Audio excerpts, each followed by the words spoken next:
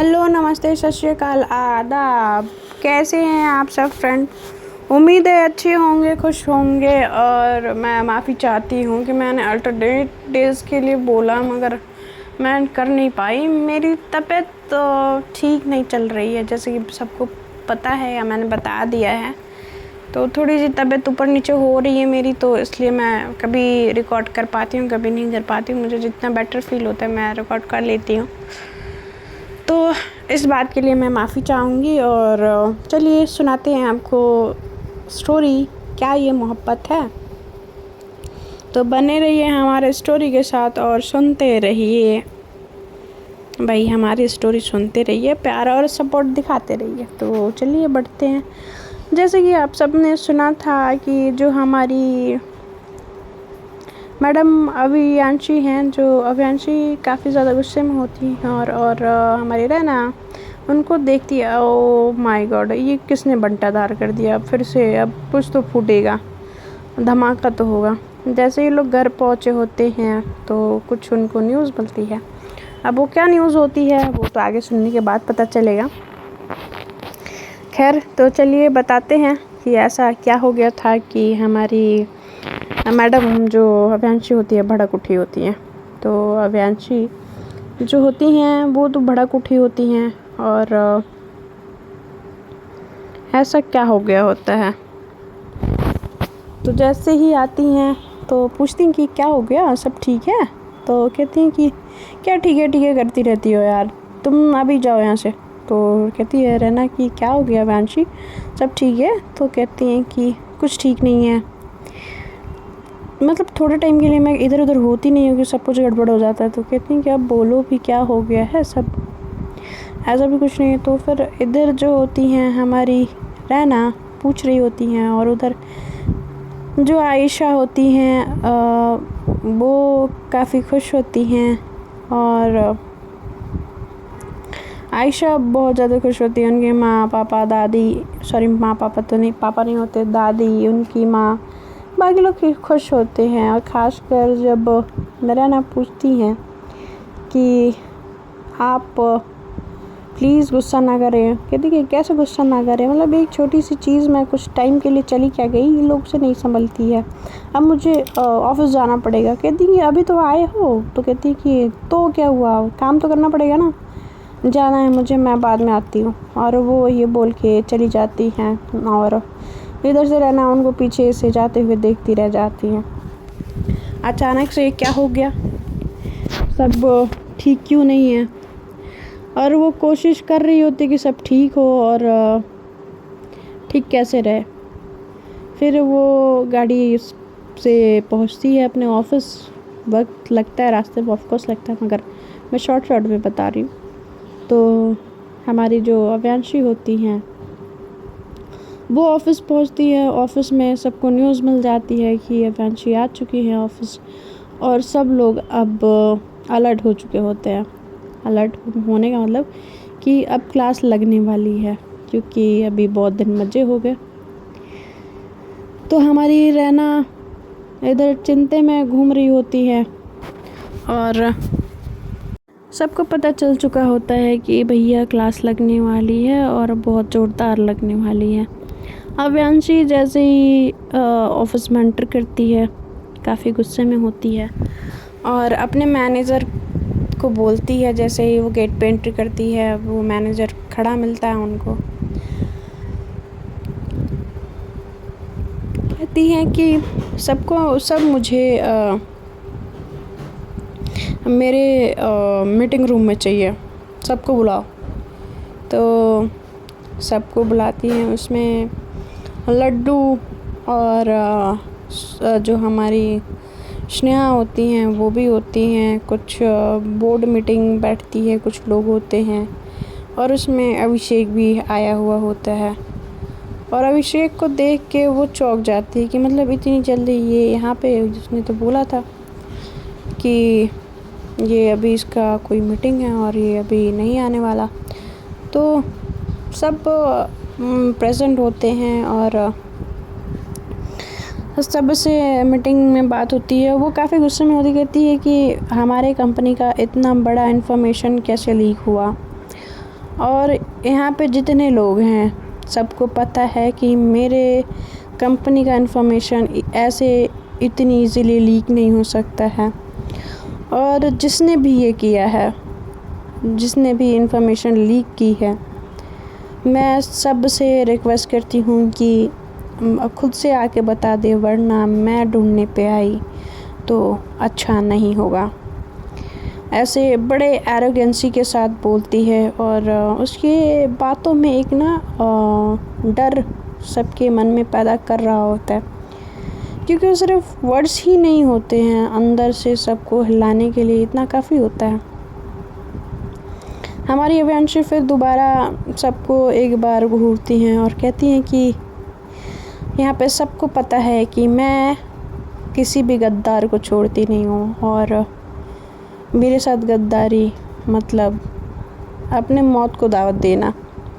वो बहुत ज़्यादा गुस्से में होती है, कहती कि अगर मुझे पता चला और उससे पहले खुद आगे बता दो उससे बेहतर होगा, नहीं तो अंजाम बहुत बुरा होगा।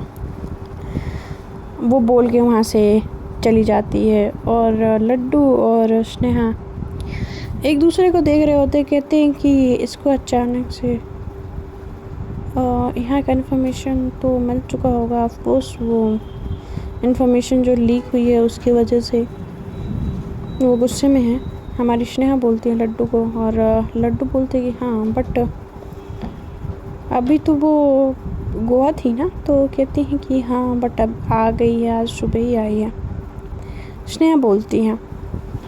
इधर अभिषेक जो होता है वो थोड़ा सा उसके मन में खुशी होती है और थोड़ा बहुत डर भी होता है कि कहीं उसको पता ना चल जाए।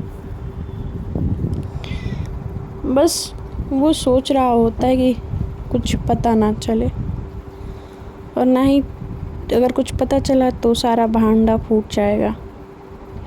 और वो ऑफिस से अपने मीटिंग रूम से निकल के अपने कैबिन में जाती है। कैबिन में जाके जो उसके टेबल पे जो फ़ाइल होती हैं वो फ़ाइल उठा के देखने लगती है। फ़ाइल उठा के देखते देखते उसके दिमाग में रैना का ख्याल आता है। फिर वो फ़ोन लगाती है रैना को और बोलती है कि मैं ऑफ़िस आ गई हूँ, तुम वेट मत करो, फ्रेश होकर तुम खा लो और आराम कर लो, मैं थोड़ी देर में आती हूँ।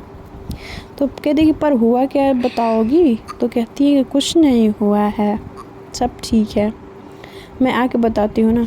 तो कहती है कि ठीक है। तो वो जाती हैं, उनकी मॉम जो होती हैं, जो जया जी होती हैं, कहती हैं कि बेटा तुम फ्रेश हो लो और तुम्हारा सामान मैंने बोल दिया है, वो कमरे में रखवा दिया है, और जाके तुम अब फ्रेश हो लो। तुम्हें तो अव्यांशी का पता ही है उसका नेचर, अब वो ऑफिस गई है तो कहाँ आने वाली है। पहली बार अव्यांशी के मुंह मतलब अव्यांशी के बारे में जो जया जी बात कर रही होती है थोड़ा सा अलग होता है, और वो कह रही होती हैं और हमारी जो रहना होती है बड़े ध्यान से बड़े गौर से उनकी बातें सुन रही होती है। वो बता रही होती है कि वो बचपन में कैसी थी, वो बचपन में उसकी पूरी ज़िंदगी कैसी थी। वो बता रही होती कि वो जब छोटी थी तो काफ़ी ज़िद्दी थी, किसी भी बात के लिए ज़िद कर लेती थी, तो जब तक पूरा ना होता था तब तक वो रोती रहती थी। और उसकी बातों को मतलब उनकी बातों को बड़े गौर से सुनते हुए कहती हैं कि माँ आप अव्यांशी से कितना प्यार करती है ना। तो जब ये वर्ड्स बोलती हैं जया जी उनको ख्याल आता है और वो फिर से चुप हो जाती है। कहती कि रहना तुम फ्रेश हो लो बेटा, मैं आती हूँ। कहती माँ आप कुछ बता रही थी ना अव्यांशी के बारे में। तो कहती हैं कि बाद में बात करते हैं ना, अरे ना अभी तुम आई हो, फ्रेश हो लो।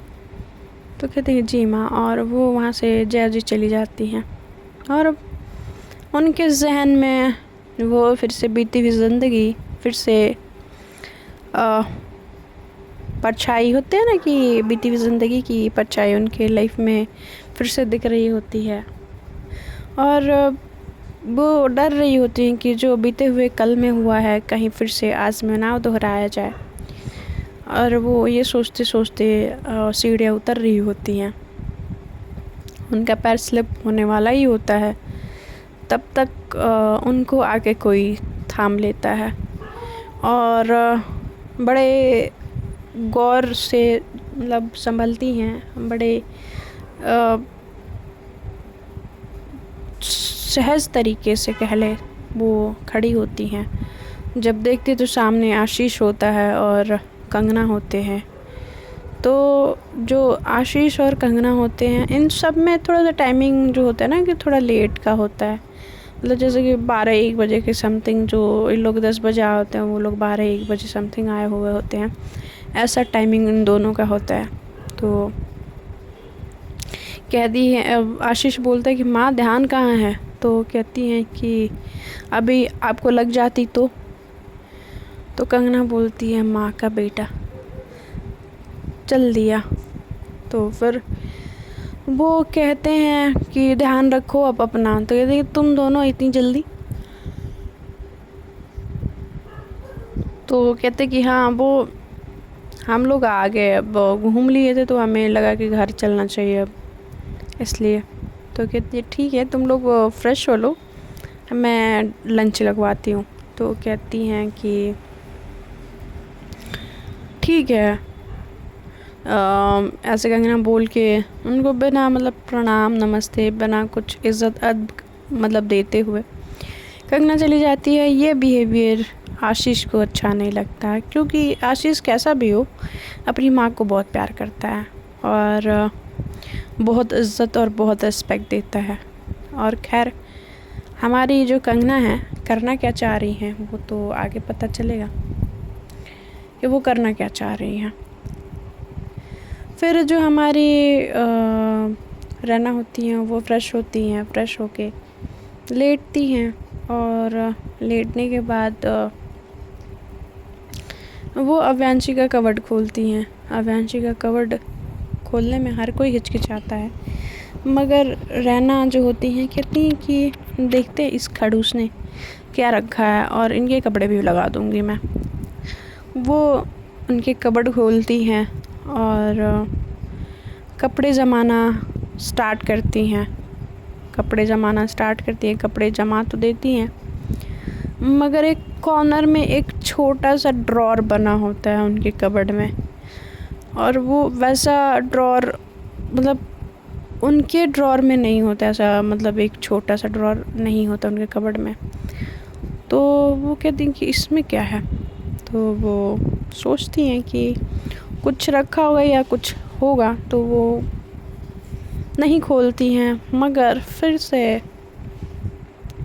उनके दिमाग में आता है कि एक बार खोल के देख लेती हूँ, शायद कुछ सीक्रेट मिल जाए अव्यांशी का, तो शायद एक्स की बातें कुछ तो मिल जाए। तो वो छेड़ने की वजह से उनके उस ड्रॉर को खोलती हैं। और अब वो खोलने जाती है तो वो ड्रॉर खुलता नहीं है, वो लॉक होता है। फिर उसकी चाबी ढूंढने लगती हैं और इधर अव्यांशी अपने फाइल्स में उलझे हुए सारे फाइल्स देख रही होती है और अपने मैनेजर को बुलाती है और कहती है कि मैनेजर सीसीटीवी फुटेज लाओ और जॉन को बुलवाओ। तो कहते हैं कि पर मैम, तो कहती हैं कि मुझे कुछ नहीं सुनना, ठीक है जॉन को बुलवाओ। तो कहते हैं कि ठीक है मैम। वो जाता है, वो जॉन को फ़ोन करता है, जॉन को बोलता है कि मैम ने याद किया है। तो जॉन उधर से रिप्लाई करता है कि ठीक है, मैं कुछ देर में आता हूँ, मैम से बोल दो कि मुझे 1 घंटा लगेगा आने में। तो कहता है इधर से हमारी अव्यांशिका मैनेजर की ज़्यादा वक्त मत लेना, पता है ना मैम को इंतज़ार करना अच्छा नहीं लगता। तो कहता है जॉन कि मैं इंतज़ार नहीं करवाऊँगा, मैं टाइम पे आ जाऊँगा। तो कहता है ठीक है, और वो आगे इन्फॉर्मेशन देता है कि मैम जॉन बोला 1 घंटे में ऑफिस आ रहा है। तो कहती हैं कि ठीक है, और वो फाइल देखने लगती हैं, सारी चीज़ें चेक करने लगती हैं। सीसीटीवी भी मंगवाई होती हैं, वो उसको भी खंगालने लगती हैं। और सब कुछ करने के बाद वो अब वेट कर रही होती है जॉन के आने का। इधर हमारी जो अव्यांशी होती है, सॉरी हमारी राना जो होती है, वो अब ड्रॉर कैसे खुलेगा उसकी चाबी ढूंढ रही होती है। और उस ड्रॉर में ऐसा है क्या, राना के दिमाग में आने लगता है कि ऐसा क्या है कि इसको इतनी सिक्योरिटी के साथ रखा हुआ है। और अव्यांशी कुछ ऐसा रखती है तो मुझे क्यों नहीं बताई है आज तक, अभी तक। खैर मैं चाबी ढूंढती हूँ। कुछ तो ऐसा है जो अव्यांशी मुझे नहीं बताना चाहती, तो मुझे जानना है। फिर उनके दिमाग में आता है कि पर क्यों, मुझे क्यों जानना है जब अगर अव्यांशी नहीं बताना चाहती तो। सारे सवाल खुद से कर रही होती, खुद ही जवाब दे रही होती हैं। उनकी जो मॉम होती हैं जया जी, वो सबका लंच लगवा देती हैं और वो चाबी ढूंढ ही रही होती हैं, सारे जगह पे देख रही होती हैं कि कहीं कहाँ चाबी रखा हुआ है, कहाँ चाबी रखा हुआ है। तो वो बिना सांस लिए, बिना आराम किए वो ढूंढे जा रही होती हैं। और तब तक इधर लंच लग चुका होता है। इनकी मॉम जो होती हैं वो आयशा को भेजती हैं सबको बुलाने के लिए, कंगना और आशीष और रैना को बुलाने के लिए। इधर इनके सास ससुर मतलब अव्यांशी के ग्रैंड मदर वो आ चुके होते हैं डाइनिंग टेबल पे और सब लोग लंच के लिए बैठे हुए होते हैं। तो जब वो आशीष और कंगना को देखती हैं तो कहते हैं कि ये लोग कब आए। तो कहती हैं कि बस कुछ देर पहले ही माँ, जब आप लोग रूम में चले गए थे। तो कहती हैं कि अच्छा, ये लोग तो अभी आने वाले नहीं थे, तो अचानक से कैसे आ गए। तो कहती हैं कि क्यों ग्रैंड माँ, आप हमें देख के खुश नहीं है, कंगना ऐसे बोलती हैं। तो कहती नहीं, मैं क्यों खुश नहीं होंगी, अच्छी बात है, पूरे परिवार के साथ और हमें डिनर करने को मिले, लंच करने को मिलेगा। भाई बुढ़ापे में तो सब यही चाहते हैं कि उसके सब परिवार सब साथ रहें, सब साथ मिलजुल के रहें। इधर अव्यांशी बहुत परेशान होती है। तब तक स्नेहा और लड्डू उसके कैबिन में आते हैं और उसके कैबिन में आते से ही कहते हैं कि क्या हो गया अव्यांशी, तू इतनी परेशान क्यों लग रही है। तो कहती हैं कि तुम दोनों के रहते कंपनी में इतनी बड़ी गड़बड़ कैसे हो गई, और तुम दोनों को मैंने ये रिस्पॉन्सिबिलिटी दी थी कि कुछ गड़बड़ ना हो, तो तुम दोनों कर क्या रहे थे। हाँ, तुम दोनों के भरोसे मैं कंपनी छोड़ के गई थी। और वो गुस्से में होती है और कहती है कि पैर से बाहर निकल के और भी कोई दुनिया होती है, वो भी देख लिया करो। स्नेहा, मुझे तुझसे ये उम्मीद नहीं थी। और वो कहते कि तुम दोनों अपने काम पे जा सकते हो, ऐसे बोल के वो टर्न हो जाती है। थोड़ा सा लड्डू को ये बात बुरी लगती है जो अव्यांशी ने स्नेहा को ऐसे बोला होता है। तो ऑब्वियसली उसको उससे प्यार है और कोई उसके प्यार को उसके सामने डांटे तो बुरा तो लगता ही है। तो हमारी जो स्नेहा होती है थोड़ा सा लड्डू को आंखों से इशारा करती है कि शांत रहो। वो बोलने की कोशिश करने वाली होती है तो शांत होने की इशारा करती है और कहती है कि वो खुद ही नॉर्मल होकर खुद ही बात करेगी, चलो यहाँ से चलते हैं। और वो वहाँ से चले जाते हैं। और फिर हमारी जो वेंची होती हैं उनको एहसास होता है कि शायद उन्होंने ज़्यादा बोल दिया है, इतना उनको नहीं बोलना चाहिए था। तो वो जाने वाली ही होती हैं उनके कमरे में मिलने के लिए। तब तक जॉन आ जाता है और कहता है कि मैम, पीछे से आवाज़ आती है। तो वो पलटती हैं तो देखती हैं जॉन होता है। तो वो जॉन को देख के वो फिर से वापस अपनी कैबिन की तरफ चली जाती हैं। और जॉन जो होता है कहता है कि मैम, आप जो इन्फॉर्मेशन पूछने वाली हैं मैं ऑलरेडी लेके आया हूँ। तो कहती हैं कि जॉन, तुम्हारी यही खूबी मुझे बहुत ज़्यादा पसंद है कि मेरे बोलने से पहले तुम्हें पता होता है कि तुम्हें काम क्या करना है। और कहती हैं कि चलो तुम्हारे काम की तुम्हारे मुंह मांगे कीमत मिलेगी, बिल्कुल मिलेगी। और कहती हैं कि बताओ कहाँ से स्टार्ट हुआ है। तो जॉन स्टार्ट करता है। तो फ्रेंड्स हम भी आगे का एपिसोड अगली बार सुन लेंगे। Bye, take care.